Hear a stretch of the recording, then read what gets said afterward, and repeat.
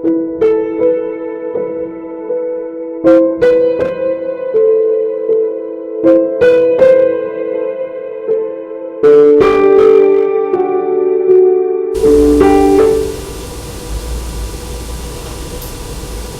evening and welcome to another episode of Neuro Digest here on Science TV with me, your host Sylvia Moraa, our interpreter Maureen Maida, and today we continue with part 3 about occupational therapy with our host Liggins Baraza, who has 17 years experience in occupational therapy, and he works with various students from home to school setup. And we would like to share his vast experience with the parents so that at least you get equipped and get to understand the things that you can do at home and why it's always recommended to have occupational therapy for our children so that they have an easier life and they're able to cope. Karibu Daktari, would you kindly introduce yourself yet again? Thank you. Thank you for having me again. You're welcome. My name's Calvin Liggins Barasa, an occupational therapist who's been working with children and adults for a number of years. Okay, yeah. Good. Oh, plus adults. Yes. Define adults. Occupational therapists, we deal with everyone, okay. Children and even grown-ups. Okay. Yes. So, but these are special needs persons, so yes. That is children and adults. Yes, yes. Okay.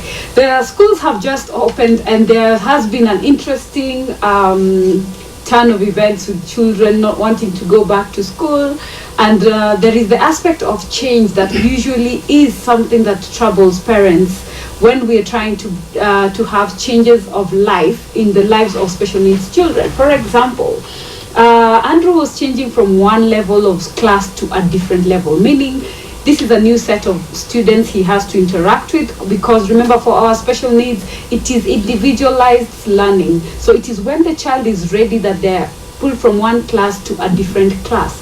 So that was one tricky one, because when we got to school, I had tried to have that conversation, but I don't know, there is the language bit, we're still working on that.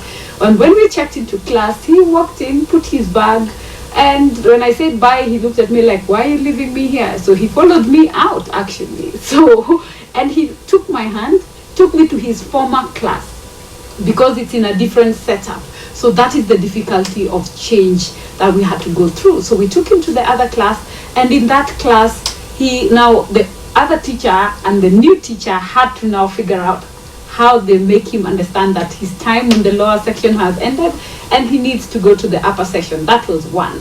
On the other hand, we had his brother Bradley, who was shifting from a different school to join Andrew in a new school, where the challenge now was, how does he accept this whole set of environment? So what I personally did when he was closing school, that week before they closed, I explained it to him. So I want you to just hear how I did it, Daktari. Then you tell us the right way, the wrong way, or what did I miss out in the transition. So when he got to class, when we got to school, first of all, he's like, school is not that way, it's this way. So we had to have that conversation, like, remember I told you we're starting a new school? So he was excited for a while until we checked in. Remember, I had taken him for 2 days session where he met you, I believe, and he met the speech therapist when we were assessing his needs so that he's placed in the right environment. But come the day we went to class, first of all, he expected to be in the same section that he's used to, which is where Andrew was. So that was a shocker. So he was also this way. We're like, no, this is your class. So when we got to the class, he was like, bye. He's a very bubbly child, so he didn't take it so harshly. So he checked in, he said bye.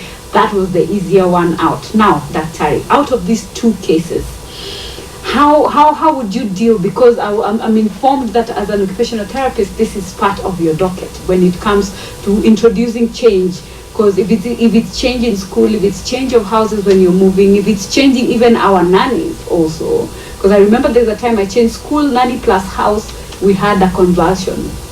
So I was told such change and intense change is not advisable to just all of a sudden introduce it to an autistic child. So guide us on that. How is it supposed to be handled?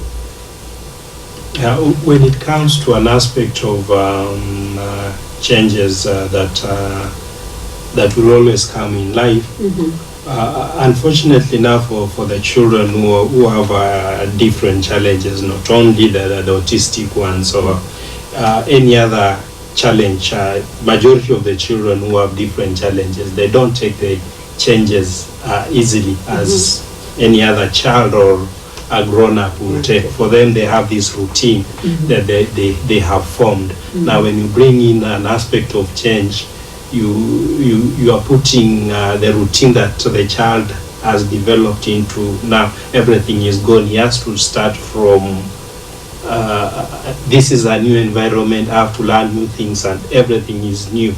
So normally what we advise is that the changes has to be brought in gradually.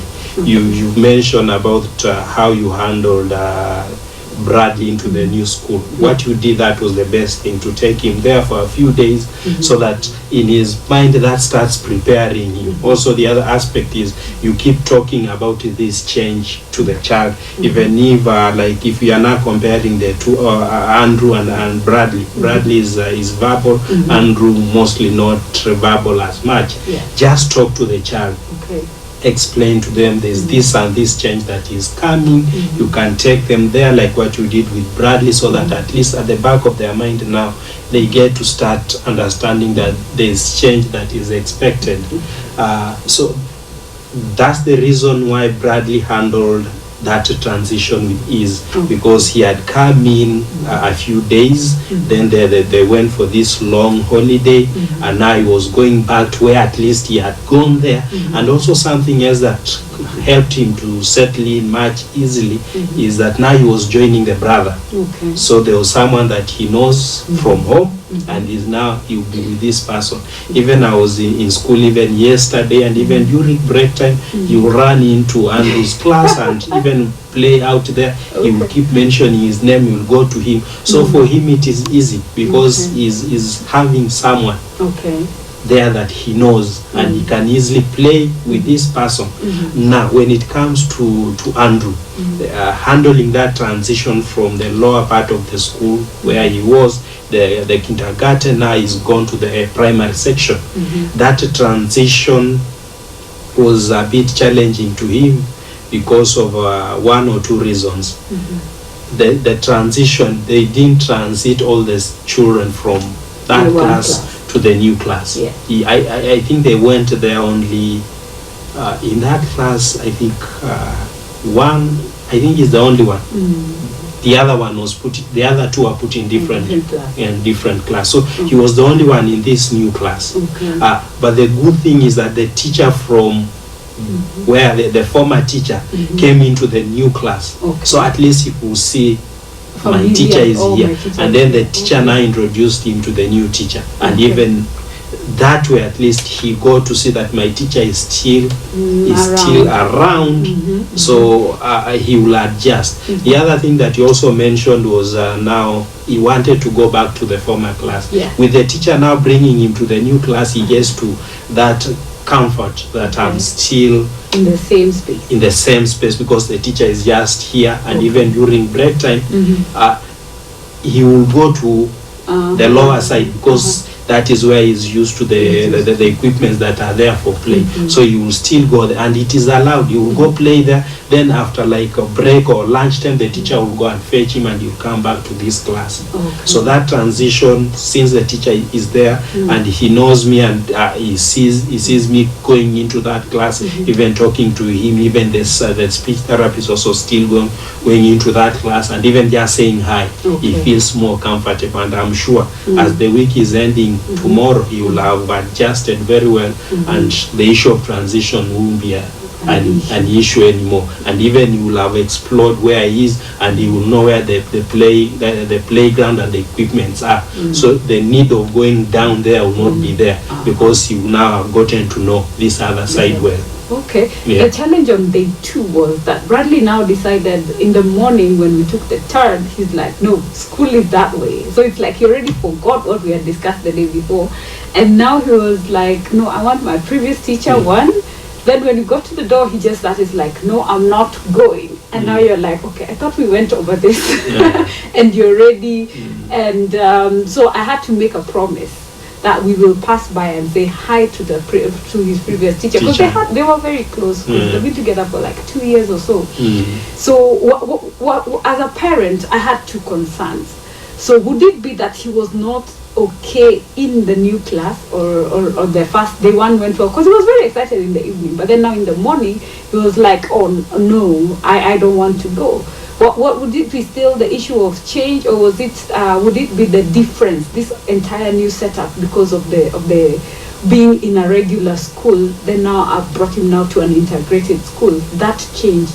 Could that change be something that can impact them so hard? The change, how he will take the change will now depend on the sort of help that is going to get with this transition. Probably that first day, the reason why he wanted to go back to the previous school, because I'd also been seen him in his previous school, is that in the previous school, everyone knew him very well. Yes, that's true. He was a small celebrity. Yes. And the other thing is that since majority of the children there knew him, so he will easily have his way. Yes. They will even go out of the way to help him. Okay. But now in the new school, you find these other children also who have different challenges. So probably there's that aspect of competition for the equipment, like the playground equipment. The other place he will be led to probably to lead, and like if they are doing the sliding, probably they will let him do so many times. But in these other schools, the colleagues that he's having may not give him that chance of doing it over and over again. Yes, because they have also their own challenge. Okay. So probably that competition, and secondly the familiarity. The other school, he knew every corner.